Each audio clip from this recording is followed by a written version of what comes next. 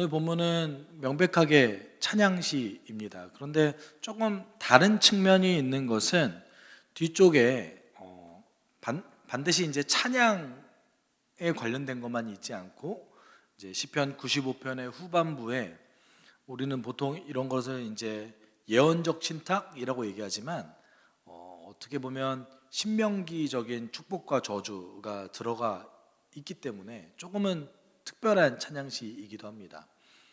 우리가 그 성경을 분류할 때 여러분 그 성경은 구약 성경은 특별히 그 신명기를 중심으로 묶여진 신명기적 배경을 가지고 있는 성경들이 있고요.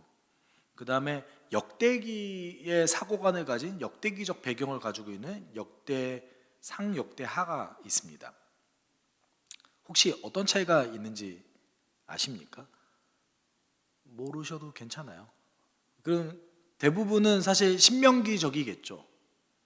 왜냐하면 역대기, 역대하를 빼놓고서는 대부분은 신명기에서 이야기하는 핵심 내용을 토대로 성경을 기술을 하고 있거든요. 신명기에서 얘기하는 핵심 내용이 뭐냐면 주의 말씀을 잘 지키면 복을 받고 주의 말씀을 어기면 저주를 받는다. 이게 핵심입니다. 그러니까 신명기에서 얘기하는 축복과 저주, 신명기를 읽으면 여러 번 등장하죠. 그러면 그거를 중심으로 어떤 일들이 벌어지겠어요? 예를 들어서 이제 여호수아부터 이어지는 모세 이후의 세대, 그리고 역사가 대부분은 이제 예언서를 좀 제쳐두고 역사는 열왕기 하에서 이스라엘 역사가 마무리되지 않습니까? 근데 이스라엘 역사가 마무리될 때까지 신명기에서 얘기하는 축복과 저주가 이스라엘 역사를 지배한다라는 거예요. 그래서 하나님의 법을 잘 따르면 복을 받고 하나님의 법을 따르지 않으면 하나님에 의해서 심판을 받는다라는 것이 그 구약 성경이 가지고 있는 핵심 주제입니다. 그리고 그것이 역시 하나님이 약속하신 언약적 사고관이기도 하죠. 우리도 이런 사고에 영향을 받고 계시지 않습니까? 내가 어떤 문제가 생기면 먼저 찾는 것은 내가 뭘 잘못했지? 이런 걸 찾지 않나요? 또는 혹시 내가 혹시 죄진 게 있어서 심판받는 게 아닌가? 이런 축복과 저주의 사고관에 우리는 사실은 사로잡혀 있습니다. 근데 이 축복과 저주의 사고를 완전히 끊으신 분이 계시죠. 그게 예수님이신 거예요. 그게 예수님이신 거예요. 이 신명기적 사고관을 물론 이게 완전히 분리된다라고 얘기하기는 쉽지 않습니다. 왜냐하면 이 신명기적 사고관을 예수께서 짊어지신 건데 축복은 우리에게 돌리시고 저주는 당신께서 가져가신 거죠. 그러니까 신명기의 율법을 완전히 성취하신 분이 예수님이신 건데 그렇기 때문에 구약 시대에는 그 율법이 완전히 성취되지 않는 상태, 미완의 성취로 남아 있다가 이제 신약 성경에서 예수께서 오시고 나서 그 저주를 예수께서 가져가심으로 해서 우리의 어떤 결과나 우리의 어떤 행동과 상관없이 우리가 의인으로 설 수 있는 거죠. 우리가 하는 건 단 하나입니다. 예수님이 내 삶의 주인이다 라는 것을 믿고 그대로 사는 것이 우리에게 주어진 유일한 어떤 계명인 거죠. 어떻게 보면 그 자가 예수의 공로를 받을 수 있는 자인 거죠. 믿음 있는 자. 오늘 본문은 사실 이런 신명기적인 사고관을 드러내기도 합니다. 하나님 약속 맺으셨다. 말 잘 들으면 복을 받는다. 하나님을 따르면 복을 받는다. 하나님 따르지 않으면 이스라엘 백성 가운데서 가나안에 들어가지 못하는 1세대처럼 저주를 받을 것이다 라는 사고관이 깔려있는 성경이기도 합니다. 그렇지만 대체적인 것은 찬양에 대해서 얘기하고 있어요. 하나님을 찬양하라. 1절에 이렇게 얘기하고 있죠. 오너라 우리 주님께 즐거이 노래하자. 우리를 구원하시는 반석을 보고 소리 높여 외치자. 우리 그 찬양 중에 그 찬양 옛날 찬양인데 오라 우리가 그 찬양 아시죠? 모르시는 분 여기 다 옛날 세대시잖아요. 네, 그 찬양 다 들어보셨을 텐데 네. 그 찬양도 역시 비슷한 맥락이에요. 하나님을 찬양하자. 여기서 보면 어떻게 찬양하세요? 우리가 주님께 즐거이 노래하자라고 얘기하고 있습니다. 즐겁게 노래하자. 그분의 어떤 것을 즐겁게 노래하세요? 어떤 부분을? 우리를 구원하시는 분을 즐겁게 노래하자라고 얘기하고 있습니다.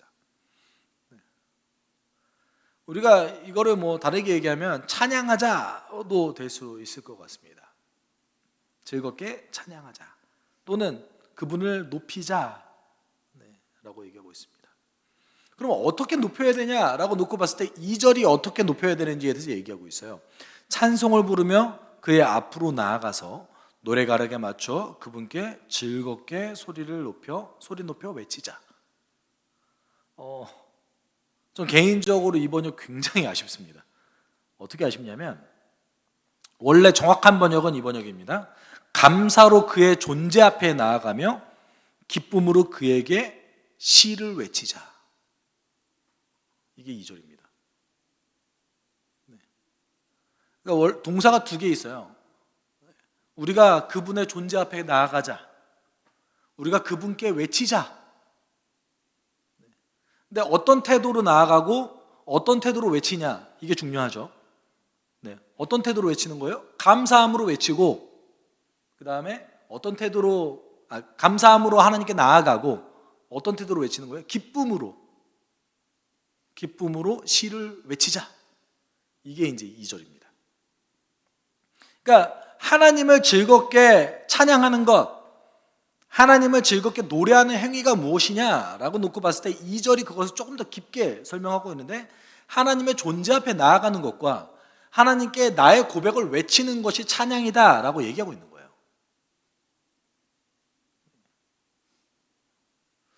여러분 개인적으로 어떻습니까? 개인적으로 시와 찬미의 시간을 들으십니까? 아니면 들으십니까? 대부분은 이제 찬양을 듣죠. 아, 좋다. 옹알이 정도까지는 하시는 것 같아요. 들으시면서 혹시 가사를 다 외우시고 따라 부르십니까? 따라 부르시지는 않으세요? 가사를 못 외우셔서? 아니면 그냥 듣기만 하십니까? 개인적으로 혹시 혼자 운전하실 때 찬양을 들으시거나 플레이리스트가 이렇게 하면 반복돼서 듣는 플레이리스트니까 외우시는 곡들이 좀 있으시잖아요. 그럼 외우시는 곡이 있으실 때는 혹시 같이 따라 부르십니까? 네, 그렇죠. 덜어는 안 그럴 때도 있고요. 근데 이제 우리가 좀 생각보다 잘 안 하는 행위 중에 하나가 뭐냐면 찬양을 하나님께 드리는 행위를 잘 하질 않아요. 하나님께 이렇게 내 목소리를 높여서 찬양을 함께 드리는 것을 우리가 생각보다 잘 하지 않습니다. 좀 개인적으로 여러분이 그런 시간을 좀 가지기를 추천드리고요. 단순히 내 삶에 기타가 없어도, 뭐가 없어도, 내가 저는 노래하는 게 좀 자신 없는데요, 음정을 잘 모르겠어요. 그러면 틀어놓고 함께 따라 부르셔도 괜찮습니다. 제 말은 어떤 행위를 하면서 찬양을 듣는 것이 아니라, 행위를 하면서 찬양을 이제 함께 따라 부르는 것이 아니라, 집중해서 하나님께, 가사를 모르면 가사를 보고 집중해서 하나님께 찬양 드리는 시간을 개인적으로 가지라는 거죠. 오늘 시인이 요구하는 것이 그런 것입니다. 이것이 우리가 예배하는 방법 중에 하나인 것이죠. 여러분, 우리가 개인적으로 예배 드릴 때 말씀과 기도 드리죠. 물론 말씀과 기도를 드립니다. 그런데 되게 중요한 예배 방법 중에 하나도 역시 내가 개인적으로 찬양을 하나님께 드리는 것도 아주 중요한 예배 방법 중에 하나입니다. 이것을 생각보다 많은 성도님들이, 저는 사실 대부분의 성도님들이 이렇게 하실 줄 알았어요. 근데 많은 성도님들이 이렇게 안 하시더라고요. 말씀을 듣고 성경을 읽고 기도를 하시는 분이 있으시지만 개인적으로 찬양의 시간을 가지시는 분이 많지 않다라고 느껴집니다. 개인적으로 저는 여러분의 그 좀 더 풍성한 하나님께 풍성하게 하나님께 나아가고 그 기쁨을 누리길 원하신다면 찬양의 시간도 좀 가지시길 추천드립니다. 오늘 2절은 그렇기 때문에 하나님께 어떻게 찬양하냐? 하나님께 나아감으로, 하나님께 외침으로 이렇게 얘기하고 있습니다. 다른 얘기로 하면 우리가 감사하는 행위 자체도 어떻게 보면 하나님께 나아가는 행위 중에 하나라고 볼 수 있는 것이죠. 개인적으로 이렇게 그 감사의 마음을 우리가 의식적으로 하지 않으면 감사드리기 좀 쉽지 않잖아요. 저만 그런 것 같은데. 저는 좀 그런 것 같아요. 감사를 의식적으로 이렇게 드리는 훈련이 좀 필요한 것 같습니다. 그게 어떻게 보면 하나님께 이제 하나님의 존재 앞에 나아가는 훈련인 것 같기도 합니다. 그리고 기쁨으로 그를 외치는 것, 이것도 역시 우리에게 가장 중요한 하나님을 높이는 방법 중에 하나라는 것이죠. 근데 왜 우리가 그렇게 해야 되냐라고 놓고 봤을 때 3절이 그 이유를 얘기하고 있습니다. 그 3절의 앞에는 생략된 단어가 하나 있는데 그것이 뭐냐면 왜냐하면이 생략됐습니다. 왜냐하면 주님은 크신 하나님이시요 모든 신들 위에 뛰어나신 왕이시다 라고 얘기하고 있습니다. 저는 3절이 처음에는 좀 이상했어요. 왜냐하면 구약을 지배하고 있는 어떤 하나님에 대한 인식 중에 하나는 우리 하나님은 유일하신 신이시다 라는 인식이거든요. 그런데 마치 3절을 보면 하나님 외에 다른 신들이 존재하는 것 같은 뉘앙스를 띄우는 것 같아요. 근데 3절은 그것을 이야기하는 것이 아니라 사실은 그 크신 하나님이시다, 모든 신들 가운데 가장 뛰어나신 분이시다 라는 어떤 이 표현은요, 하나님이 이 땅의 모든 만물의 주인이시다라는 표현이에요. 여러분, 그 고대의 신들은 대부분 어떤 것을 대변하는 신들이었거든요. 예를 들어서 아세라 같은 경우는 다산과 농사의 신이었고요. 그 다음에 바알 같은 경우는 번개의 신이었습니다. 이렇듯이 대부분의 신들은 어떤 자연 만물이나 어떤 감정이나 우리가 자연스럽게 느낄 수 있는 것, 볼 수 있는 것들을 대변하는 존재로서 신이 등장합니다. 근데 그 모든 신들 가운데 하나님이 왕이시다라는 뜻은 그것의 주인이시다, 모든 만물의 주인이시다라는 표현입니다.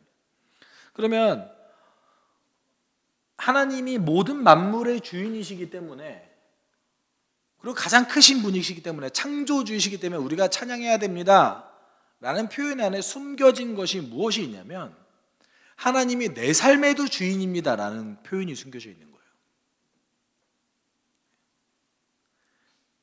이 땅 만물의 주인이시라면 하나님이 내 삶도 주관하신 분입니다. 그렇기 때문에 우리가 찬양해야 됩니다.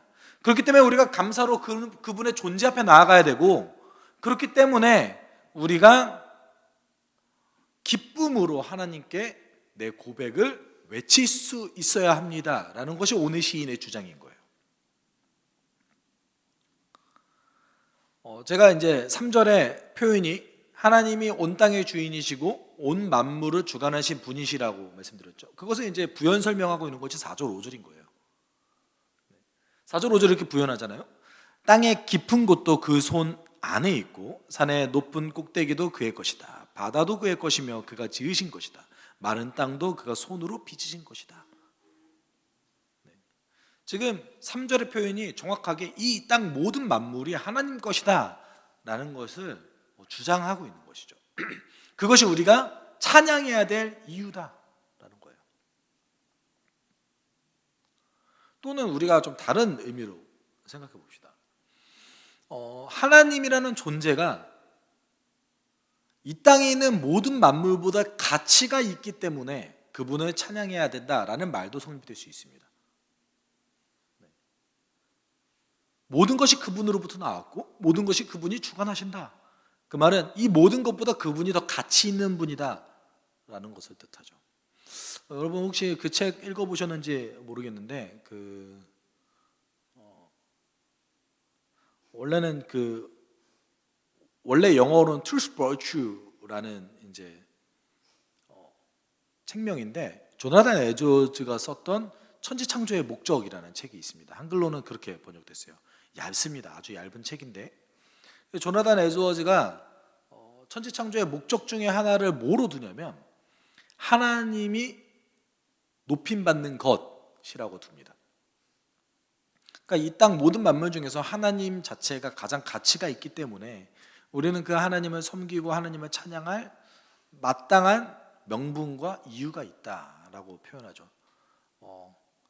사실은 이제 그 영어 번역을 정확하게 하면 참된 가치가 무엇인가로 놓고 보는 게 맞을 것 같아요. 진짜 가치는 뭐냐? 참된 미덕은 무엇인가? 참된 미덕이 뭐라고 얘기하는 거예요? 하나님을 높이는 것. 왜요? 이 땅을 만드신 분이시니까. 이 땅의 모든 것보다 가장 가치 있으신 분이시니까 우리가 하나님을 높이는 것이 이 땅 가운데 가장 가치 있는 일이다 라고 조나단 에드워즈가 얘기하기도 했습니다. 그리고 이제 조금 더 관점을 바꿔서 4절, 5절까지는 시인이 하나님이 창조주이시니까 우리가 찬양해야 됩니다 라고 얘기하잖아요. 근데 6절, 7절은 관점이 바뀝니다. 어떻게 관점이 바뀌냐면 오너라 우리가 엎드려 경배하자. 우리를 지으신 주님 앞에 무릎을 꿇자. 이것도 역시 마찬가지죠. 하나님을 찬양하세요. 근데 왜 찬양해야 되냐라고 놓고 봤을 때 7절에 그 이유를 얘기합니다. 우리 7절 같이 읽어볼까요? 그는 우리의 하나님이시요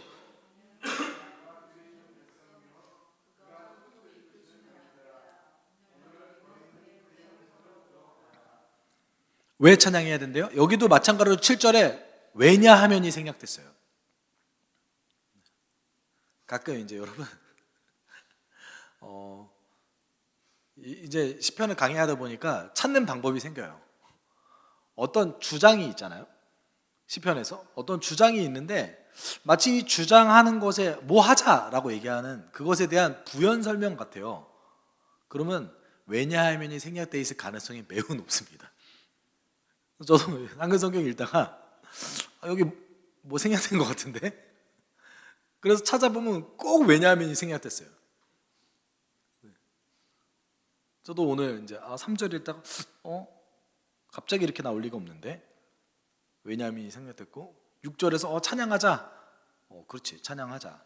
7절에 갑자기 이렇게 설명할 리가 없는데 역시 왜냐하면이 생략됐습니다. 한글 성경에서 왜냐하면을 왜 빼는지 모르겠어요.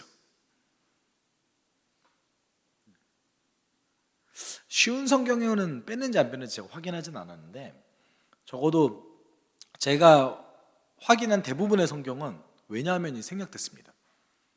왜 빼는지 모르겠습니다. 근데 어쨌든 7절은 뭐라고 얘기합니까? 하나님이 우리의 하나님이래요. 그렇기 때문에 찬양해야 된대요.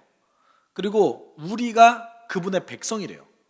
특별히 그분이 기르시는 양떼와 같은 백성이래요.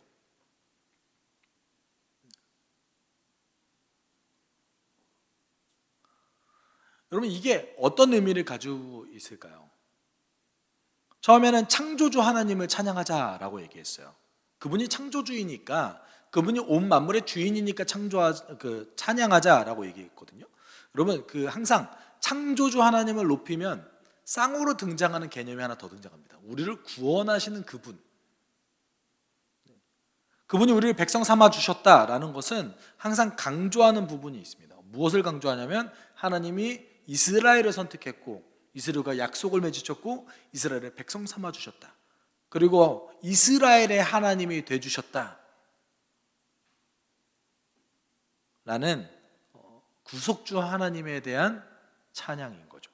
하나님이 우리의 구원자이시니까 우리가 찬양해야 됩니다. 라는 겁니다.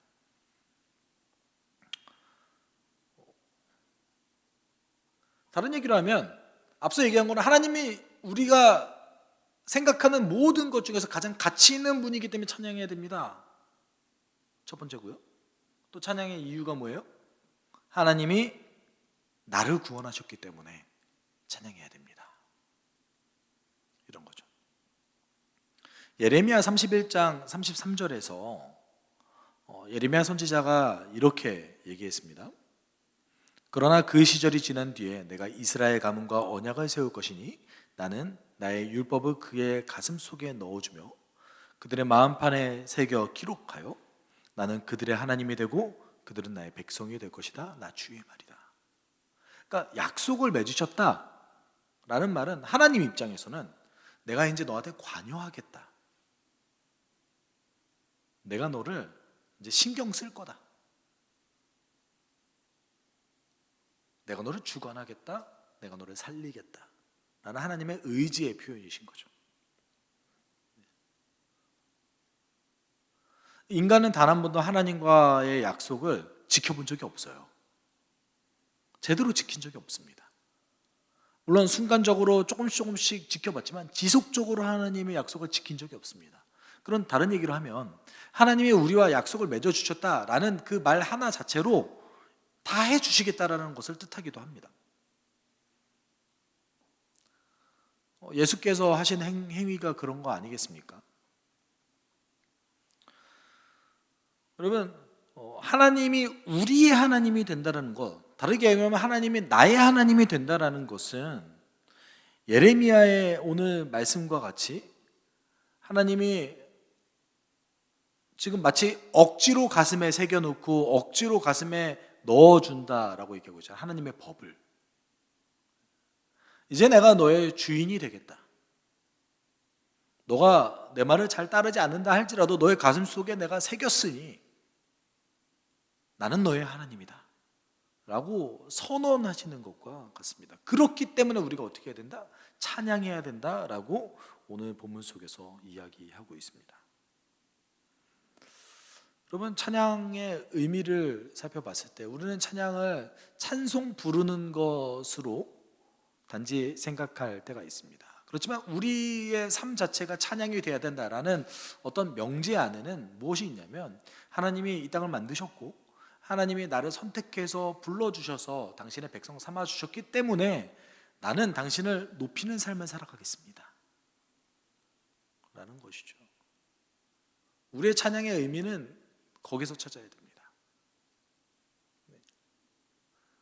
단지 예배 시간에 잠시 드리는 우리의 고백 찬양이 아니라 내가 운전하면서 듣는 좋은 멜로디를 가지고 있는 찬양이 아니라